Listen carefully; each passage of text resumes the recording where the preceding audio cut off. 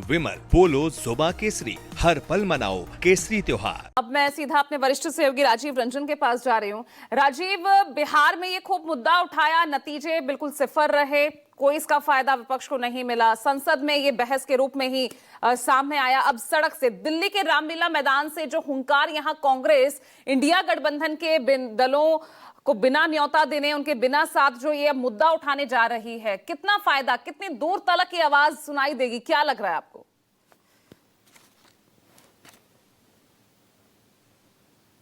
ये पूजा 14 नवंबर को बिहार के विधानसभा चुनाव के नतीजे आए थे और उन नतीजों का कांग्रेस पार्टी ने जब मंथन किया तो 18 नवंबर को ये तय किया था कि 14 दिसंबर को दिल्ली के रामलीला मैदान में वोट चोर गद्दी छोड़ या एसआईआर या चुनाव आयोग की भूमिका के बारे में वो एक रैली करेंगे। तो ये 18 नवंबर को तय हुआ था। उसके बाद पार्लियामेंट का सेशन हुआ। उसमें पार्लियामेंट के सेशन में विपक्ष ने सरकार पर दबाव बनाया। चुनाव सुधारों के नाम पर एसआईआर और चुनाव आयोग की प्रक्रिया, निष्पक्षता, तमाम चीजों पर बहस हुई। संसद में और सड़क पर राहुल गांधी चुनावों में उन्होंने तो वोट अधिकार यात्रा ही पूरी निकाल दी थी 15 दिनों के लिए बिहार में। और वो बातें जो वो पहले करते रहे थे, आज उसको एक व्यवस्थित तरीके से और पार्टी के एक रैली के तौर पर और पार्टी के सारे नेताओं के साथ एकजुटता के तौर पर उसको दिखाने के लिए, मुझे नहीं लगता कि आज कोई नई बात वो कहने जा रहे हैं। मुझे पता ये चला है कि कांग्रेस पार्टी के सारे सांसदों को, सीडब्ल्यूसी सदस्यों को, मुख्यमंत्रियों को, इंपॉर्टेंट जो लीडर्स आए हैं उनको आज पहले आईटीओ के पास जो इंदिरा भवन है, नया कांग्रेस का कार्यालय, वहां पर लंच की व्यवस्था है। उसके बाद बसों में बैठ करके ये सारे नेता रामलीला मैदान को जाएंगे और अपनी बात कहेंगे। देखिए पूजा, इसमें कई पक्ष है। चुनाव आयोग की कार्यप्रणाली, चुनाव आयोग की निष्पक्षता, चुनाव आयोग की तटस्थता, चुनाव आयोग का क्या रोल, ये एक अलग मुद्दा है। अब बात एसआईआर बिल्कुल एक अलग मुद्दा है। मैं अपने देखे के आधार पर यह कह सकता हूं कि जब एसआईआर बिहार में शुरू हुआ तो मैं पहला आदमी था जो पहले दिन एसआईआर शुरू होते ही बिहार पहुंच गया था टेलीविजन के पत्रकार के तौर पर। और मैंने देखा कि किस तरीके के शुरुआती 2-3 दिनों में ऊहापोह की स्थिति थी। लेकिन जैसे ही इलेक्शन कमीशन को यह लगा कि 11 दस्तावेजों के आधार पर एसआईआर फॉर्म भरना मुश्किल होगा, उसने पूरे अखबारों में, आप ही के कार्यक्रम में मैंने वो अखबार भी दिखाया था जिसमें उन्होंने कहा था कि बिना दस्तावेज के भी आप एसआईआर फॉर्म जमा कर सकते हैं। और इस बीच सुप्रीम कोर्ट में मामला गया और आधार कार्ड को 12वां दस्तावेज मान लिया गया। मेरे समझ से वो पूरा का पूरा एसआईआर का मुद्दा वहीं पर खत्म हो गया। बिहार में मैंने पूरे बिहार के तकरीबन सब जिलों में, कुछ को छोड़ दें, तो पिछले 6 महीनों में मैंने पूरे बिहार में यात्रा की और एसआईआर के बाद भी बिहार के कम से कम 2 दर्जन जिलों में मैं गया। एसआईआर जमीन पर जनता के भीतर कहीं कोई मुद्दा है और एसआईआर के जरिए कहीं से चुनाव आयोग या बीजेपी मिलकर वोट चोरी कर रहे हैं, ऐसा कोई संदेश बिहार के वोटरों में नहीं गया।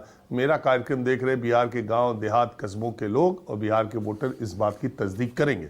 पार्टियों की बात जाने दीजिए, पार्टियों के प्रवक्ता अपनी बात कहेंगे, अपने पक्ष में समर्थन देंगे, तर्क वितर्क करेंगे, विरोध समर्थन करेंगे। लेकिन जनता के भीतर बिहार में एसआईआर कोई वोट चोरी का मुद्दा है या चुनाव का मुद्दा है, वो दिखाई नहीं दिया। अब आते हैं बंगाल में। बंगाल में भी एसआईआर शुरू होते ही मैं 1 हफ्ते वहां पर जाकर देख के आया। और आज भी आप बंगाल में किसी भी गांव, किसी भी शहर, किसी भी कस्बे में फोन करके पूछ लीजिए कि एसआईआर वोट चोरी का मुद्दा है क्या। तो अगर आपको कोई ये बात कहे तो मैं मान जाऊं। आम जनता के भीतर ऐसा कुछ भी समझ में नहीं आता। मैं जिस गांव से हूं, अभी मैं खुद एसआईआर फॉर्म भरने के लिए छुट्टी लेके कुछ दिनों के लिए अपने घर गया था। मेरे गांव में, मेरे मोहल्ले में और मेरे देखने वाली जगहों पर एसआईआर के थ्रू बीजेपी कोई खेल कर रही है, चुनाव आयोग कोई खेल कर रहा है, ऐसा मानने वाला कोई नहीं है। लेकिन चुनाव आयोग खेल नहीं कर रहा है और चुनावों में खेल नहीं हो रहा है, यह भी मानने वाला कोई नहीं है। सबको लगता है कुछ तो कुछ, कहीं तो कहीं कुछ न कुछ गड़बड़ी है।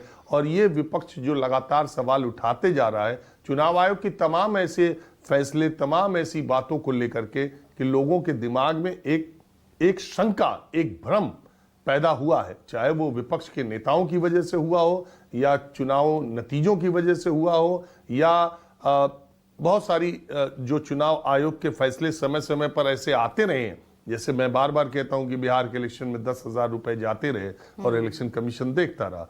दूसरे राज्यों में चुनाव हुए, उसने रोका। अभी पश्चिम बंगाल में चुनाव होगा, आप देखिएगा कि चुनाव आयोग के फैसले कैसे होंगे। तब ये सवाल लोगों के दिमाग में एक भ्रम और शंका की दृष्टि से उठते हैं उसकी कार्यप्रणाली को लेकर। लेकिन मैं व्यक्तिगत तौर पर यह मानता हूं कि SIR के जरिए वोट चोरी हो रही है, ये मानने वाला देश की आम जनता में मुझे नहीं लगता कि कोई लोग इसको ऐसे देखते हैं। अब आप कहेंगे पश्चिम बंगाल में ममता बनर्जी विरोध क्यों कर रही हैं? वो उनकी अपनी राजनीति का हिस्सा है। वो सड़क पर तो बहुत तेज उनके कार्यकर्ताओं ने SIR फॉर्म भरवाया और आश्चर्यजनक रूप से बीजेपी के नेता पश्चिम बंगाल चुनाव आयोग जाकर के कार्यालय जाकर के उन्होंने कहा कि लिखित शिकायत दी कि SIR बंगाल में कंप्रोमाइज्ड है, BLO पर प्रेशर दिया जा रहा है। BLOs वहां पर धरना प्रदर्शन करने के लिए चुनाव कार्यालय चले गए, तो वहां पर तो बीजेपी इस भूमिका में है। बाकी जगहों में लोग जहां पर जो राज्य बीजेपी के विरोध में है वहां पर वो विरोधी कह रहे हैं। और आश्चर्यजनक रूप से तमिलनाडु, केरल और इन राज्यों में SIR कैसे हो रहा है, कौन किसका विरोध कर रहा है, इसकी कोई खबर आ ही नहीं रही हिंदी पट्टी में। तो चलिए, अब यहाँ पर सवाल तो कहीं खड़े हो रहे हैं। अब अंजाम तक क्या इस रैली के जरिए कांग्रेस जो है SIR का ये मुद्दा पहुंचा पाएगी? अब ये बड़ा सवाल है।